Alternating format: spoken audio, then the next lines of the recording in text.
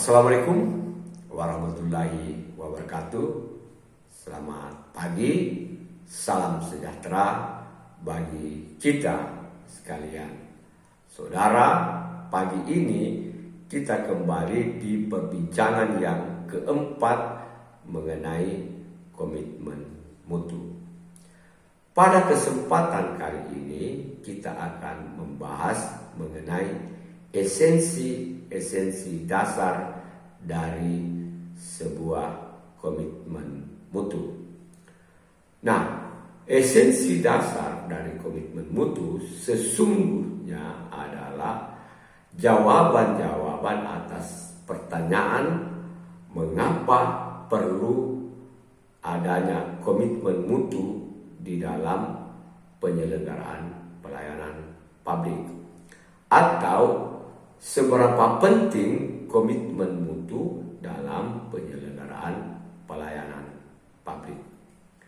Nah, untuk maksud tersebut, maka esensi dasar ini akan kita bahas secara satu persatu sebagai jawaban dari pertanyaan-pertanyaan tersebut.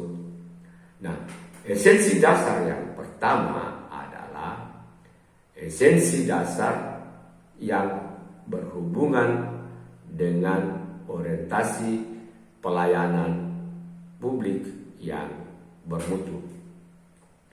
Setiap penyelenggaraan pelayanan publik yang dilaksanakan oleh penyelenggara pelayanan publik harus berorientasi mutu, bukan sekedar untuk kepuasan pelanggan atau kepuasan pengguna layanan publik, tetapi merupakan suatu kewajiban hukum bagi penyelenggara pelayanan publik untuk menyelenggarakan pelayanan tersebut. Hal ini diatur di dalam ketentuan perundang-undangan sebagaimana pada Undang-Undang Nomor 25 Tahun 2009 tentang pelayanan publik. Nah, saudara, selain daripada suatu kewajiban hukum dalam rangka memenuhi hak-hak publik dalam pelayanan publik, kewajiban hukum sesungguhnya berimplikasi hukum terhadap para penyelenggara pelayanan publik. Jika bertentangan dengan ketentuan-ketentuan disiplin penyelenggaraan pelayanan publik, maka yang bersangkutan dapat diberi sanksi disiplin atau sanksi administratif. Jika berhubungan dengan aspek hukum perdata atau aspek hukum pidana, maka yang bersangkutan dapat diberi sanksi hukum perdata ataupun hukum pidana. Nah, alasan yang kedua atau esensi dasar yang kedua dari pelayanan yang berkomitmen dengan mutu dalam pelayanan publik adalah efektivitas.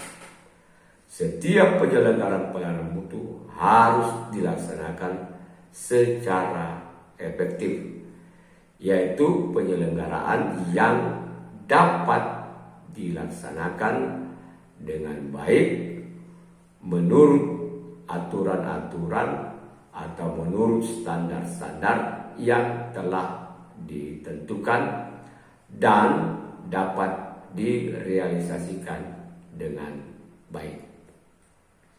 Efektivitas di sini berbicara tentang sejauh mana pelaksanaan kegiatan tersebut dapat dilaksanakan dengan baik.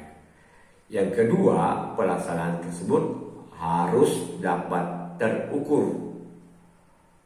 Dan yang ketiga, bahwa pelayanan tersebut harus dilaksanakan secara sistematis.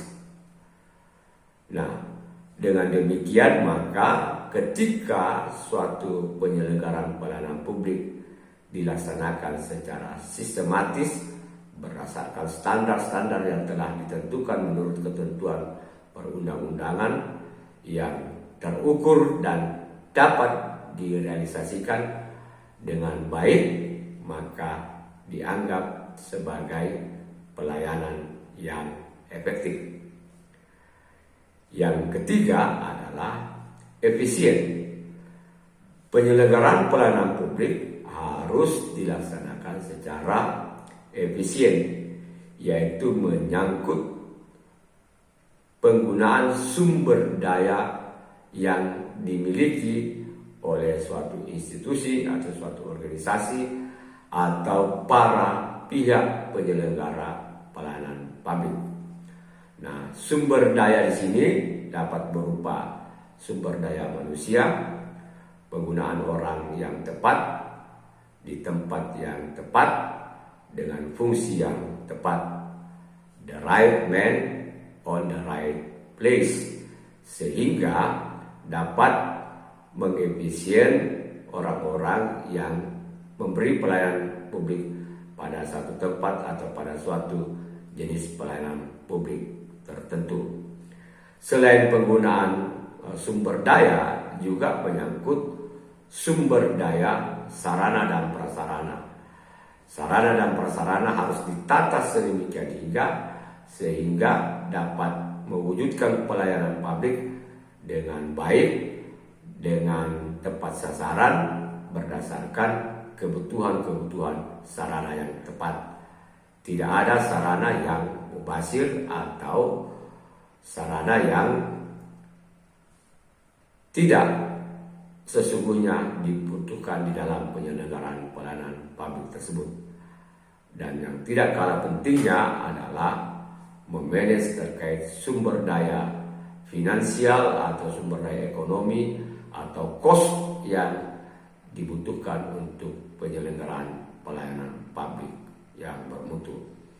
Nah, saudara, setelah ada kewajiban melaksanakan sesuai dengan ketentuan perundang-undangan, kemudian dilaksanakan secara efektif dan secara efisien, maka yang berikut adalah esensi yang berhubungan dengan inovasi. Nah, setiap penyelenggaraan publik membutuhkan inovasi-inovasi yang cemerlang atau yang baik dari pemberi pelayanan publik untuk memudahkan, memperpendek waktu, dan memangkas birokrasi yang bertele-tele yang dapat merusak citra penyelenggara pelayanan publik dan membuat pengguna layanan tidak merasa bahwa pelayanan yang diselenggarakan tersebut adalah berkualitas.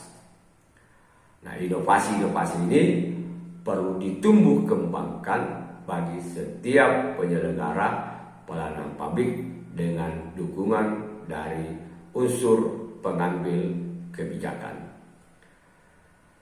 Pelayanan publik dari waktu ke waktu terus berkembang seiring dengan dinamika perkembangan masyarakat, sehingga hak-hak publik pun semakin berkembang mengikuti perkembangan atau dinamika yang tumbuh dan berkembang di dalam masyarakat.